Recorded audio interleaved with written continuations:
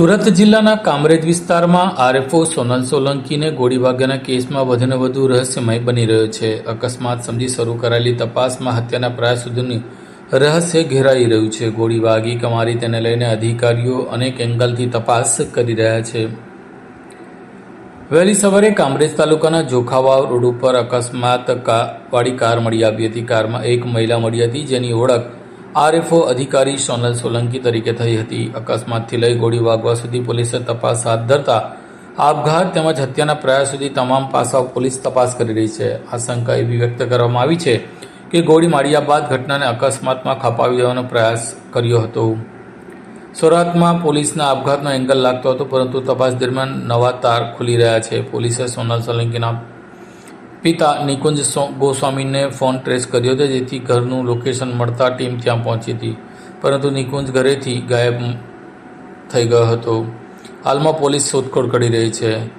તો બીજી તરફ ઘટના સમયે કારમાં હાજર રહેલો સોનલનો દીકરો પણ પોલીસ માટે મહત્વની કડી બની રહ્યો છે. શક્ય છે કે પોલીસ તેની પૂછપરછ કરશે.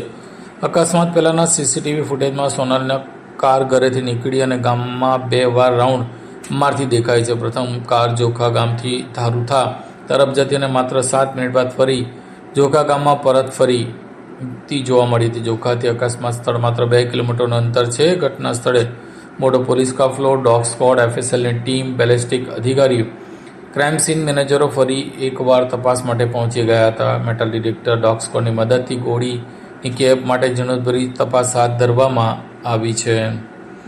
આ અંગે ડીવાયએસપી આર સરવૈયાએ આ પ્રમાણે જણાવ્યું હતું. ગઈકાલે ફોરેસ્ટ ઓફિસર સોનલબેન સોલંકી ઉપર એક ફાયરિંગની ઘટના બની છે અને આ બાબતની તપાસ SC/ST સેલના ડીવાયએસપી શ્રી વાડોદરિયા કરી રહ્યા છે. પોલીસ અધિક્ષક શ્રી સુરતના હોય પણ રાજેશ ગઢિયા સાહેબે બનાવની વાળી જગ્યાની વિઝિટ કરેલી છે. સિનિયર અધિકારીઓ, અલગ અલગ ટીમો, SOG, LCB બધા જ આ ગુનાને ડિટેક્ટ કરવા માટેથી પ્રયત્નશીલ છે. ફરિયાદની અંદર ભોગ બનનાર જે બેન છે, એમના પતિ નિકુંજ ગોસ્વામી અને એમના પરિવારજનો આમાં સંડોવાયેલા હોવાની શક્યતાઓ દર્શાવવામાં આવી છે. એ બાબતે પણ પોલીસ તપાસ કરી રહી છે. બનાવવાળી જગ્યાને ગઈકાલે FSL મારફતે પરીક્ષણ કરવામાં આવેલું હતું. આજ રોજ પણ FSLના અધિકારી અને બેલેસ્ટિક સાયન્સ જે FSLનું એક ડિપાર્ટમેન્ટ છે, એમના અધિકારીઓ અને ક્રાઇમ સીન મેનેજર દ્વારા ફરીથી ગાડીની તપાસ કરવામાં આવી છે. જે ગાડીની અંદર એ બેનની ઉપર ગોળી મારવામાં આવી છે અથવા વાગેલી છે, એ ગાડીનું પરીક્ષણ કરવામાં આવ્યું છે. ડોગ સ્ક્વોડ પણ સ્થળ ઉપર બોલાવવામાં આવેલો હતો.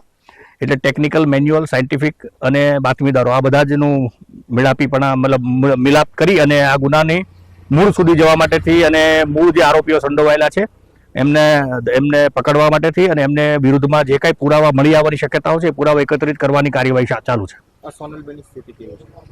સોનલબેનની સ્થિતિ ગંભીર છે. ડૉક્ટરના કહેવા મુજબ 72 કલાક પછી જ આપણે કંઈ વધારે કહી શકીએ, પણ આજે અમે ડૉક્ટર સાથે જે વાત કરી છે મુજબ એની થોડી પરિસ્થિતિમાં થોડો સુધારો થયેલો છે. બુલેટ કઈ છે સર? 7.65 જે MM કહેવાય એ મુજબની બુલેટ વપરાય એવું પ્રાથમિક દ્રષ્ટિએ અત્યારે જણાય છે.